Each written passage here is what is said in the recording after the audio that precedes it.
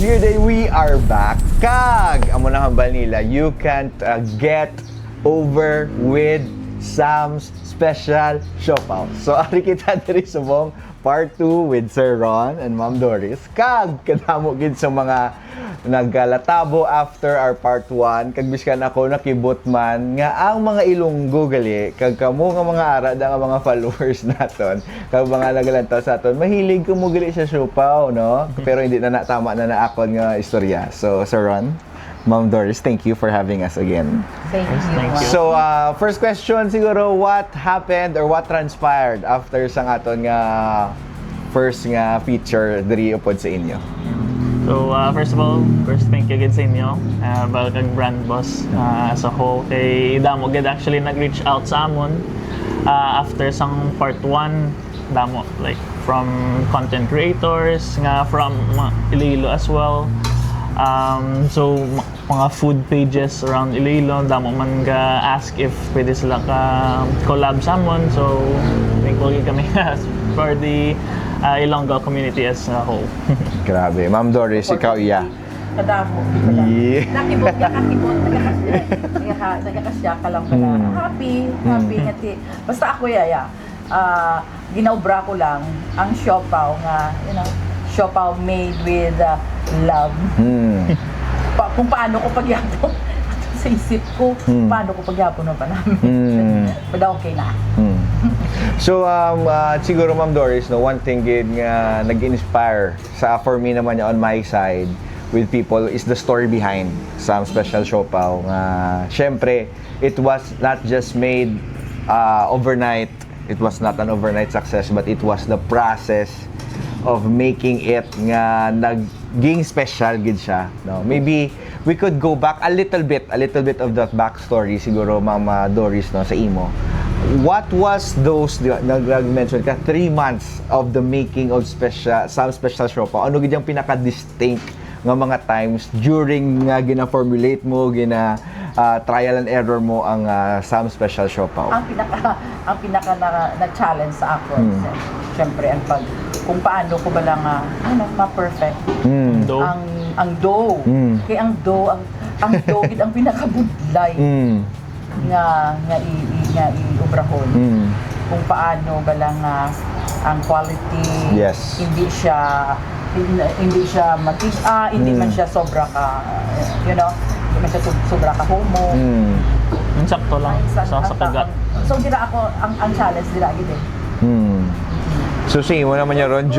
Sige. Tungod nga passion ko gid. Na ma-perfect ko niya ang siopaw. Yeah, sa imo naman niya side, Sir Ron. What was those 3 months in the making naman niya? Sa imo naman niya nga kung sa nga perspective. Sa akong perspective, sa una, makita ko sa mga doper man siya stressed bla kung wala sunod lang obrahon bla. Alin sa paghimo sang formula kung anong namit nga dough. Aside sila, like, for example, kung magbenta sila after na sang ga-start na bala-baligya bla. So, sa una, syempre, slogan man na Yes. though medyo gamay lang ang benta. So, namatay na isip naman nga, what if bla, since na kita sa digital age, what if mahimo kita sa Facebook page, kag mutoy akong manage bla. Gintay ko to ginimo ko sa mga automated na bla nga mga reply para, for example, kung tulog kami pero may ma-chat bla. Yes. Automatic mahatag na sang location kung di na kami. Kag nakabuligid ko to. Siguro, Ma'am Doris, ang wala ko na mangkot sang part 1 is, who was, di ba after mo na-formulate, the first customer gid sang imo nga di ba natapos mo na-formulate ang siopaw mo, who was you can not, pwede mo mention ang name, pwede man hindi, pero what was the situation sang first mo gid na customer? Ang first kong gid nga nag-approve, Yes. nga okay siya si nanay. Ang nanay. Oo. Kaya si nanay pala, nani siya magluto. Siya tanan pala ang what do you call this? Mahilig ito si mahilig siya. nanay mag-bake, abi. So sa bagasyo siya isa sa mga inspiration mo. And what was the feeling? Ano gusto ko mabala, Ma'am Doris? Ano ang reaction niya sa first niya nga pagtilaw sa siopaw? Kapal niya inday, ano inihop ya? Tapos. Oo, Hindi ko kami paano yun. Amo ni. So sige, magkuhimo. So every time nga mag-fail, siyempre, Wow. Kaya ra ganun dugo. Wow. Kasano. frustrated. Pero sang nakuha ko na, happy si nanay. Siguro, Ma'am Doris, speaking about failures, no, many people siguro will be watching this. Ara sila ya sa time nga nag-fail na lang sila, kag nag-give up na sila. Siguro sa imo, what was the factor nga nag-keep sa imo going biskan lumatsagan mo? Amo to gani unang comment was abi nila hupya ang imo gabi nung nilayo. Hindi ko gani mapating amo nang first nila nga comment. Kay namit kaya ang show pa. Sinanay na yan. Pero what kept you going during those times? Siyempre, isang amo to nga time, pandemic, wala ka na pala ang source of income. Hindi mapupwede nga magsalimit sa duwa. Yes. Sa kabataan. Lain, ibagi ko may income. Yes. So, amo na Sarili. pinaka-main.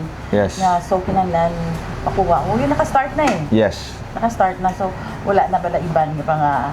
Wala na ibang nga choice kundi improve na lang yun. choice. Yes. Kaya nakabakal ka na sa mga tanan nga mga Wow. mga equipment. Wow. So, maano, kapapi.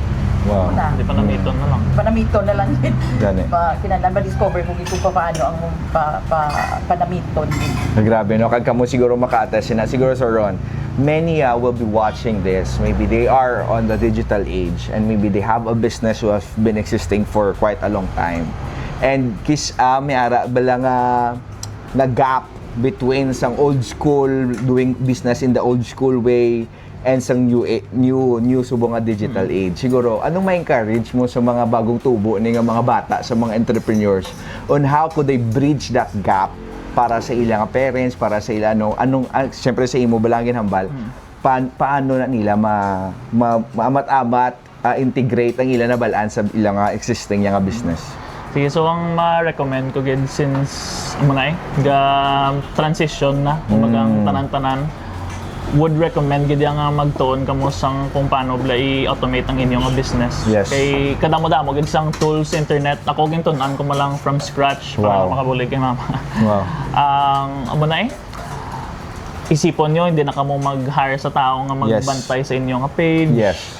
Dako gid nga savings para sa inyong business, kag dasig kag efficient gid kung magamit ka sang tools nga automated na imong diyon nga business. Wow. Ma'am Doris, I have been seeing you already promoting some special siopaw with not just people nga local but may mga artista na. So what's the feeling sa amo na? Kanami ang feeling pala nga, oh my God, nakuha ko na. No?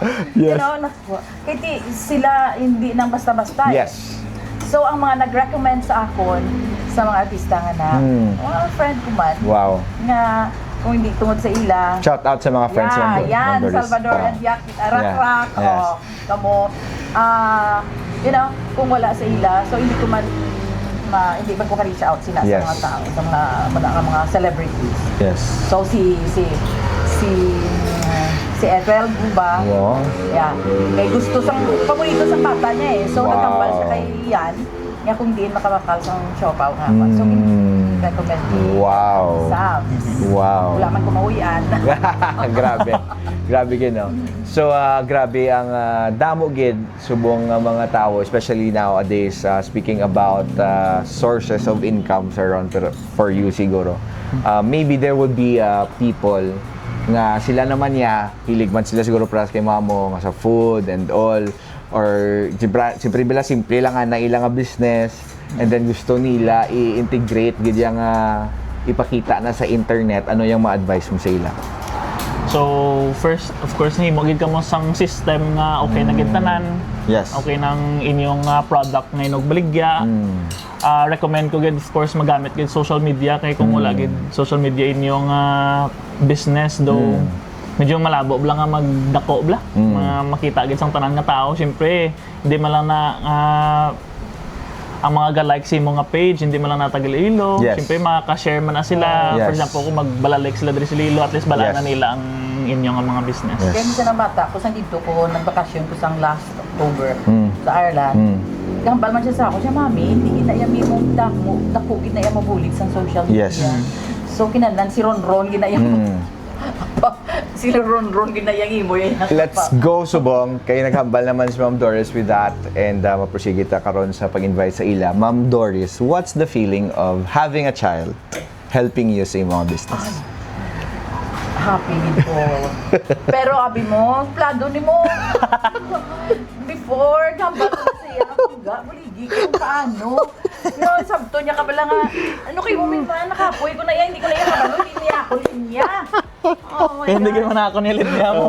Intunan ko lang gid. Pero siguro, bisan anong ko nga bal siya nga muna, mga acting siya. But, at the end of the day, Wow. makita yan nga nag-struggle ako. Wala man ko may nabalaan sina sa mga social media. Sa cellphone ko gani doon, hindi balo kung paano ko ni. Dako, ginang. So- Kaya balaan ko palang gaya ko eh. Kanami lang. So for the last time, Sir Ron and Ma'am Doris, could you invite ating viewers again to come and taste ang inyong Sam Special Oo. Siopaw?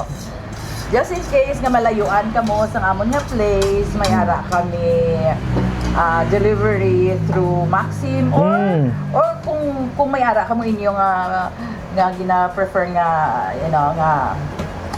Rider. Okay, pwede gid. Yes. Ako, gusto ko lang gid i-invite ng mga tao, syempre kung sino man da ang mga curious kung ano man ang sabor sang Sam Special Siopaw. Yes. I-try nyo na. Yes. Eh syempre, kamo lang gid ang mga consumer ang decide kung namit gid man kami rin. Okay, the more nga nagadamo ang naga-orders, nagadamo ang nagkagusto kag na namitan sa amon nga product, sa amon nga siopaw, the more nga nagaka-inganyo ako kung paano ko pagin panamiton. Sakto na, no? Sakto na. So there you have it. If you're a business you wanna be featured next, comment down below. And again, sa inyo pa nga wala nakatilaw sang Sam Special Siopaw. Lang tawan yung part 1 sang video kaya as in malalaway ka mo siyang kaon biskan ako nakibot ako that this siopaw is existing kag diri na siya sa Trapiche Uto. And for the last question, Ma'am Doris and Sir Ron, did you regret engaging in this business? Not at all. Not at all. So there you have it. God bless everybody and see you. Basta may part 3 See naman. you. God bless everyone. See you Thank next vlog. you. Bye.